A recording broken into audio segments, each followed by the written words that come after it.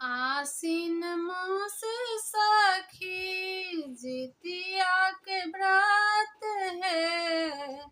आसीन मास सखी जितिया के व्रत है। सब सखियान मिली, सब सखियान मिली करब ई व्रत है। सब सखियान मिली मरुआ के रोटी संग मारा माछ है। मरुआ के रोटी संग मारा माछ है।